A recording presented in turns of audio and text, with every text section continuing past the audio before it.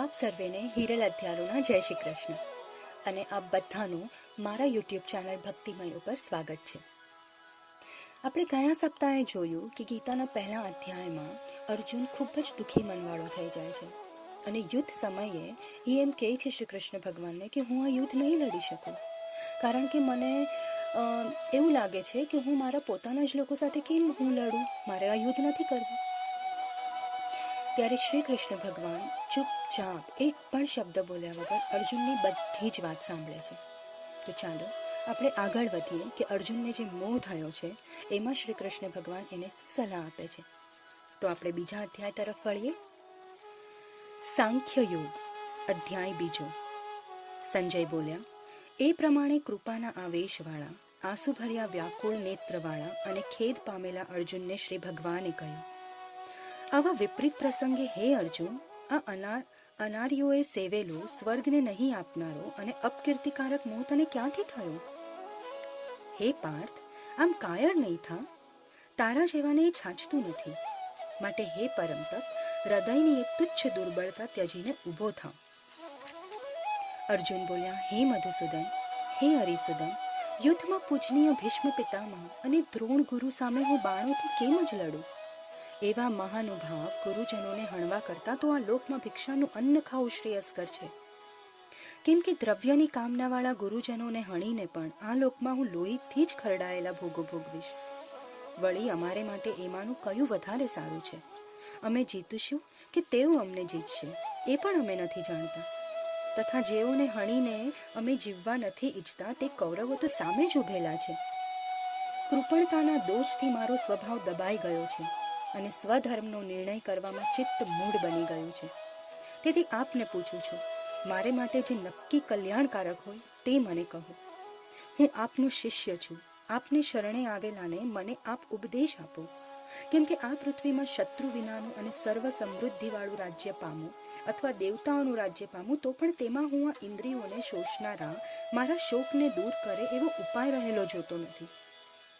સંજય બોલ્યા, પરમ તપસ્વી અને નિદ્રાજિત અર્જુન શ્રી કૃષ્ણને એવું કહીને તથા યુદ્ધ નહીં કરું એમ પણ ભગવાન ગોવિંદને કહીને ચૂપ થયા.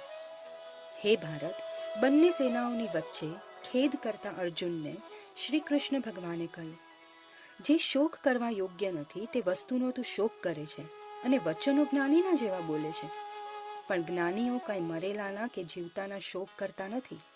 કેમ કે આ જન્મ પહેલા કદી હું ન હતો, તું ન હતો કે આ રાજાઓ ન હતા એવું નથી, અને હવે પણ આપણે સર્વ નહીં હોઈએ એવું નથી. વળી દેહધારી જીવાત્માને આ દેહમાં જેમ બાલ્યાવસ્થા, યુવાવસ્થા અને વૃદ્ધાવસ્થા અવશ્ય પ્રાપ્ત થાય છે, તેમ દેહ છૂટ્યા પછી પણ તેને બીજો દેહ પણ અવશ્ય પ્રાપ્ત થાય છે.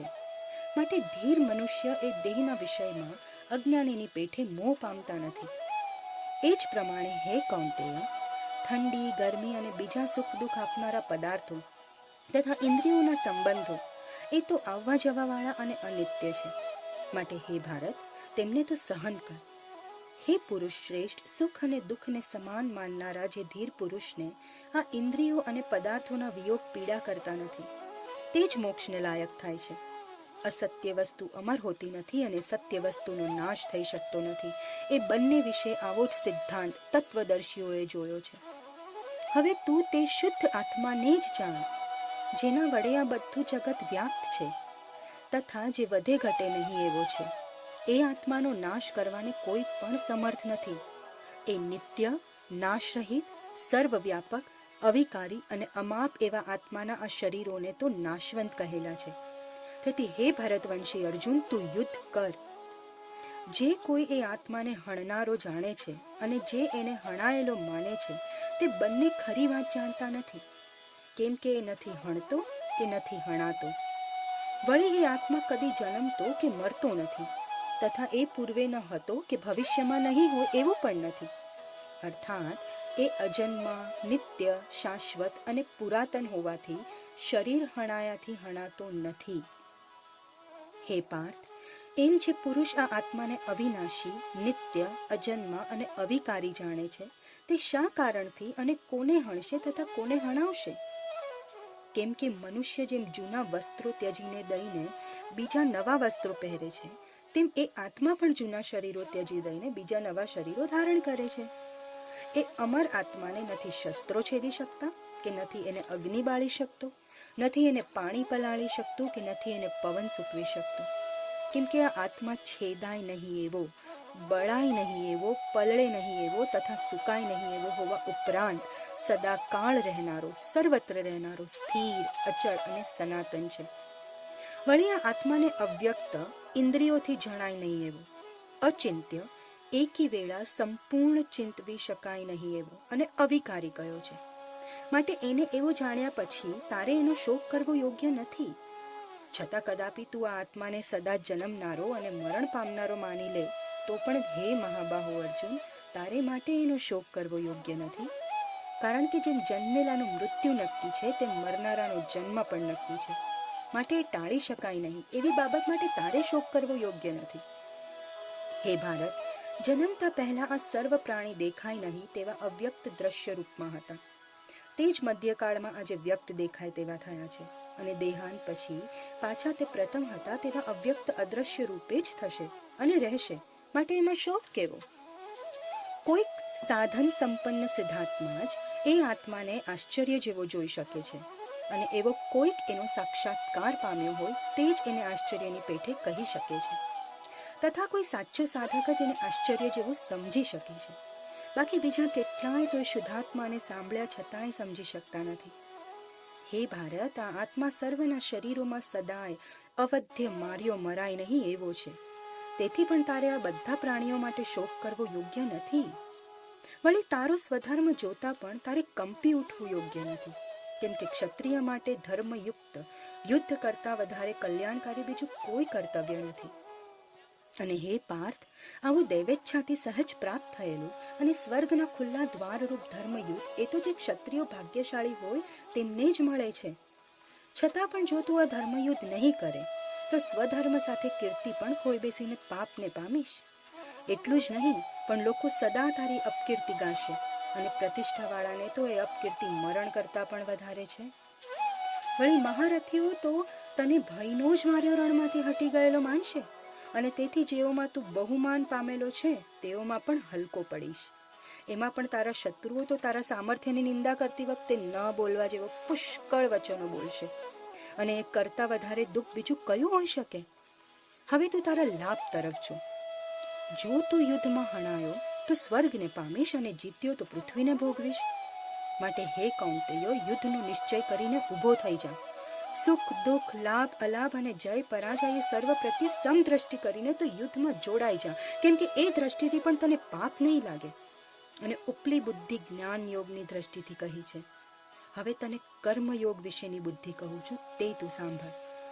કે જે બુદ્ધિને જ્ઞાનને મેળવી હે પાર્થ, તું કર્મ બંધનનો સંપૂર્ણ નાશ કરી શકીશ.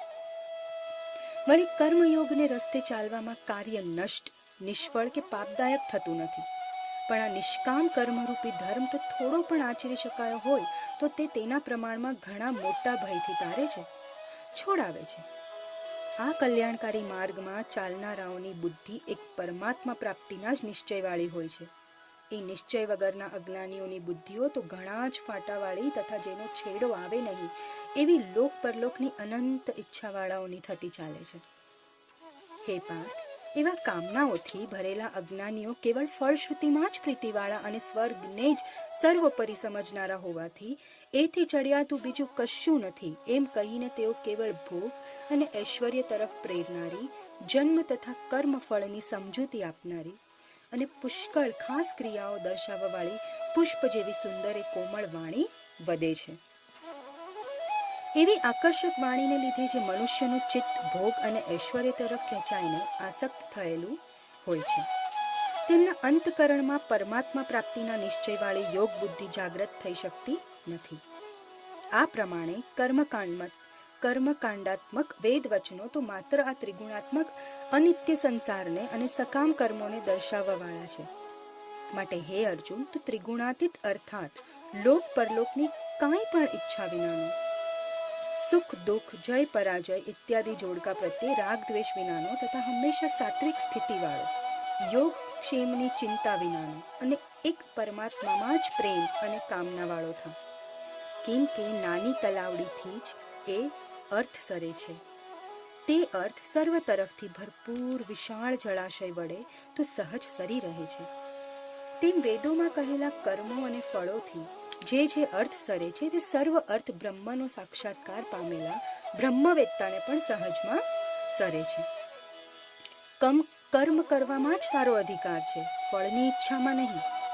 માટે તું કર્મ ફળનો હેતુ ન રાખ, તેમજ કર્મ ન કરવાનું કદી વિચારીશ નહીં. હે ધનંજય, હવે તો તું કર્મયોગમાં સ્થિર થઈને અર્થાત ફળની આસક્તિ ત્યજીને તથા સિદ્ધિ અસિદ્ધિ ઇત્યાદિ દ્વંદ્વોમાં સમદ્રષ્ટિવાળો થઈને કર્મો જ કરવા માંડ. કેમ કે નિરાસક્ત અને સમદ્રષ્ટિપૂર્વક કર્મો કરવા એને જ કર્મયોગ કહે છે. એ યોગ બુદ્ધિપૂર્વક કર્મો કરાય તેના કરતાં તો ફળેચ્છાવાળા કર્મ તુચ્છ છે. અને એવા ફળના હેતુથી કર્મ કરનારાઓ અને અત્યંત દીન અર્થાત તુચ્છ કંગાલ બુદ્ધિવાળા છે. માટે હે ધનંજય, તું હવે એ યોગ બુદ્ધિનું જ શરણ લે, આશ્રય લે. એ યોગ બુદ્ધિવાળો મનુષ્ય નિષ્કામ અને સમદ્રષ્ટિવાળો હોવાથી સુકૃત અને દુષ્કૃત, સારા અને ખોટા બંને પ્રકારના કર્મ આ લોકમાં જ ત્યજી દે છે, અર્થાત તેનાથી નિર્લેપ રહે છે. તેથી તું એ યોગ બુદ્ધિથી જ કર્મ કર અને ધ્યાનમાં રાખ કે કર્મોમાં એવી કુશળતા હોવી એનું નામ જ યોગ બુદ્ધિ છે. કેમ કે એવી યોગ બુદ્ધિવાળો જ્ઞાની મનુષ્ય કર્મજન્ય ફળ અહીં જ ત્યજી દેતો હોવાથી જન્મ મરણ આદિના અનેક પ્રકારના દુઃખો અને બંધનોથી સદાને માટે મુક્ત એવા અમૃતમય અનુપમ સચ્ચિદાનંદમય પરમ પદને પ્રાપ્ત થાય છે. જ્યારે તારી બુદ્ધિ મોહરૂપી કીચડની પેલે પાર પહોંચી જશે ત્યારે જ સાંભળેલા તથા તું સાંભળવા જેવા કર્મફળો ઉપર વૈરાગ્ય પામીશ. કર્મ અને તેના ફળ સાંભળીને વિપરીત થયેલી તારી બુદ્ધિ જ્યારે એમ ઉપર શમ પામીને પરમાત્મામાં અડગ નિષ્ઠાવાળી થશે ત્યારે જ તું તે સમતા નિષ્કામતા રૂપી યોગ બુદ્ધિને પામીશ.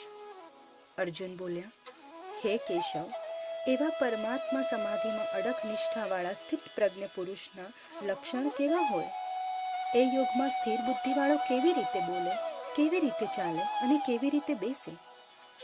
શ્રી ભગવાન બોલ્યા, હે પાર્થ, મનુષ્ય જ્યારે મનમાં ભરેલી સર્વ કામનાઓને ત્યજી દે છે અને આત્માથી જ આત્મામાં સંતુષ્ટ રહે છે ત્યારે તે સ્થિત પ્રજ્ઞ કહેવાય છે.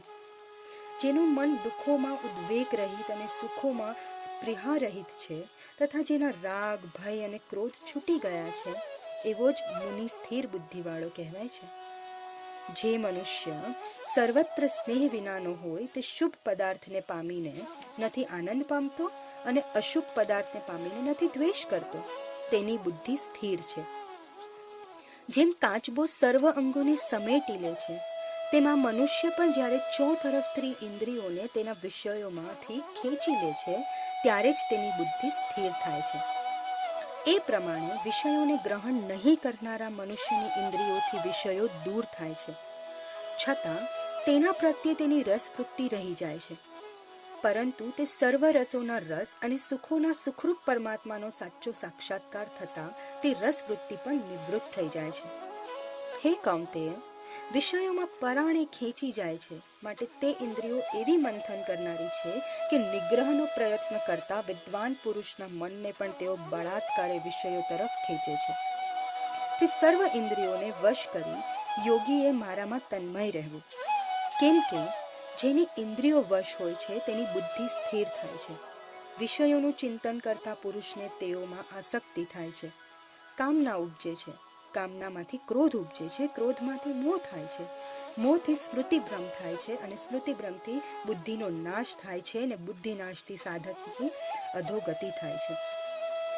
પરંતુ વિધેયાત્મા એટલે કે ઉપરોક્ત વિધિ પ્રમાણે વર્તનારો સ્વાધીન મનવાળો યોગી પોતાની વશ કરેલી રાગ દ્વેષ વિનાની શ્રોત્રાદિ ઇન્દ્રિયો વડે અનિવાર્ય વિષયોમાં વિચરતો હોવા છતાં પણ પરમાત્મા પ્રસાદ ઇષ્ટ કૃપા અંતકરણની વિશુદ્ધિ પામે છે.